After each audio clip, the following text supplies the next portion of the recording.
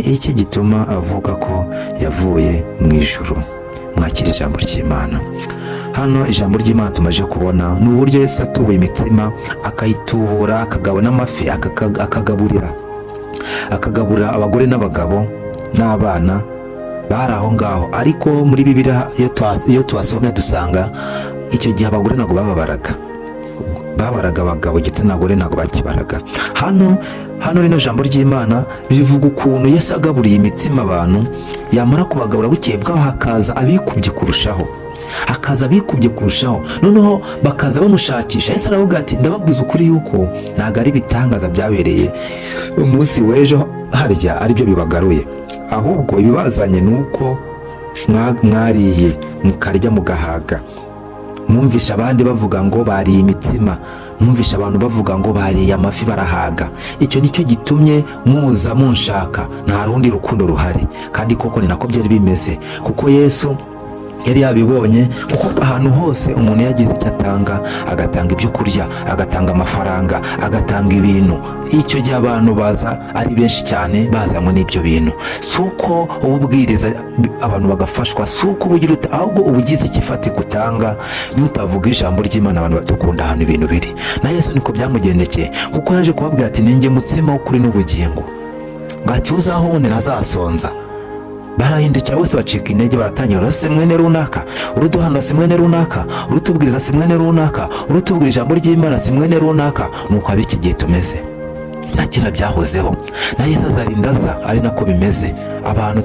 Abantu bapinga bagihari, abantu basambana bagihari, abantu bakora ibibi byangwa n'amaso y'Uwiteka bazaba bagihari, abizera bazaba bahari, abapasiteri bakora iby'Imana ishaka bazaba bahari, n'abakora iby'Imana idashaka bazaba bahari, insengero z'ukuri z'ibinyoma zizaba zihari. Yesu azarinda aza ibyo byose, ibyo bibazo mu isi bigihari. Bene data, igihe tugezemo benshi dushaka kuza mu nzu y'Imana, hari akantu dukeneye k'amafaranga, dushaka ko Imana iduhereza ibintu, dushaka ko tuhabonera ubusitari, dushaka ko tuhubakira izina. Ibyo byose iyo tubibuze tumera nk'aba ngaba bo muri Bibiliya. Ubwo Yesu avuga ko niwe mutsima, babwiraga ngo niwe mutsima w'ukuri n'ubugingo, bose bahise bagenda hasigaye mbarwa, kuko cyari kibazanye bari bamaje kukibura. Harimo abantu baza mu nzu y'Imana bahengereza mu madirisha bategereje ko hatangira gutangwa ibintu nabo bagafata.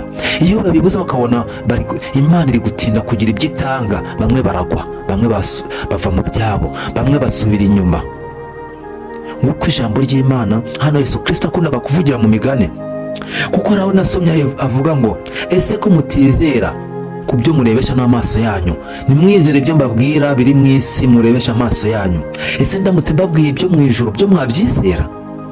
Ikibazo ntabwo twizera ibyo turebesha amaso yacu. Yesu yagiye atwereka, aduha ingero. Yesu yagiye akora ibitangaza, akazura abantu, agakiza abarwayi, ariko ibyo ntabwo twigeze tugira tubyizera. Ese aramutse atubwiye ku byo mu ijuru byo twabyizera gute tutigeze tubonesha amaso yacu? N'uyu munsi Yesu aracyakora ibitangaza, akoresha abakozi bayo, bagasengera abantu bagakira. Ibyo tukabirebesha amaso yacu, ariko n'ubundi tugasiga tuvuga ngo n'ubundi yari uwo gukira, n'ubundi yari uwo gukira pe. Ntabwo twizera ko Yesu yagize uti yakoze ibitangaza, ntabwo twizera ko izina rya Yesu Kristo ryirukanye abadayimoni mu muntu, ahubwo dusiga tuvuga ati n'ubundi yari uwo gukira, n'ubundi yari gukira, n'ubundi ni wo munsi wari wageze wo gukira kwe. Abantu dukeneye ibimenyetso, kandi ibimenyetso Yesu aduhereza ntabwo tubyizera. Ngiyo minsi y'imperuka, ngiyo minsi izahoraho muri iyi si y'ibibazo, ngiyo minsi tuzahora tugira turebesha amaso yacu kugeza ubwo upfuye ushaka ko haza ibirenze ibyo ubibure. Yesu azarinda aza, ubutinganyi buhari, abarwana bahari, abajura bahari, abasambanyi bahari. Yesu azarinda aza bose bagihari. Mbese wowe ufite umugabane ki? Ni uko kwizera kwawe ufite muri iyi si. Ese umurimo wawe Yesu aguhamagariye ni uwuhe? Agakiza kawe ugatwara gute? Ushaka kuba mugani utwaye ingobyi uzi koko ugitwayemo agakiza. Hindukira urebe agakiza kawe ugatwaye gute, utarebeye kuri mwene data. Kuko nujya kurebera kuri umupasiteri, nujya kurebera kuri umudiyakoni, nujya kurebera kuri abakozi b'Imana bandi, uzakwa. Yesu Kristo niwe cyitegererezo wenyine dushaka kureberaho, ntabashe kutugurisha. nukora umurimo w'Imana urebera kuri Yesu Kristo, bizakurinda kandi bizagufasha, kandi bizakurinda ubwo uzaba ugeze mu gatsiko k'abantu bapfobya Yesu Kristo, bapfobya Imana, bavuga ko bayipfobya, urabona ko byahezeho, ni mwene runaka. Imana ikorera mu bantu, ntuteze kuzayibona yaje imbere yawe. Imana ikorera mu bantu, Imana ikorera mu ijambo ryayo. Ese niba utizera ijambo ryayo, bivuze ngo n'umuntu ntiwamwizera, kandi uwizera ijambo ryayo aba yizera na Yesu Kristo nk'umwana w'Imana. Utizera Yesu Kristo burya aba yahakanye n'ijuru. Yesu nashimwe. Iryo niryo jambo ry'Imana nifuza ko tuganira muri uyu mugoroba. Ushobora kumva nawe hari ikindi wabwira Imana, ushobora kumva waratanye imbere, waragiye kure y'Imana. Video iraba ndende cyane, ariko ndakubwiza ukuri yuko niyo yarebwa n'umuntu umwe akayirangiza. Burya iki Imana igushakaho, nishaka ko umubare nyamwinshi uyizaho kandi bamuryarya. Ishaka umwe, uyishakana umwete, niyo Imana ibishaka. Wowe ugerageje kugeza kuri uyu mwanya ucyumva ino video, ucyumva buno butumwa bw'Imana, rino jambo ry'Imana ukiryumva, reka nkubwize ukuri, Imana iguha umugisha. Imana iguha umugisha. Tugiye gusenga Imana, ngusabira Imana iguha umugisha, kandi umugisha Imana itanga ntuwamo umubabaro namba, kandi umenye icyo Imana igushakaho. Ejo si ahacu ni ahangaha turi. Uyu mwanya, uyu muntu turi gukoresha, aha niho hawe. Ushobora guhindura ibintu byinshi muri aka kanya, ushobora gufata ingamba nyinshi muri aka kanya, kuko Yesu Kristo niho tubonera ubugingo buhoraho, niho tubonera imbabazi. Muri Yesu Kristo niho tubonera ibyishimo n'umunezero. Kadusenga Imana. Data mwiza, turagushime, turaguhimbashe, turagushime kuri Imana igira neza, turagushime kuri Imana ishobora byose.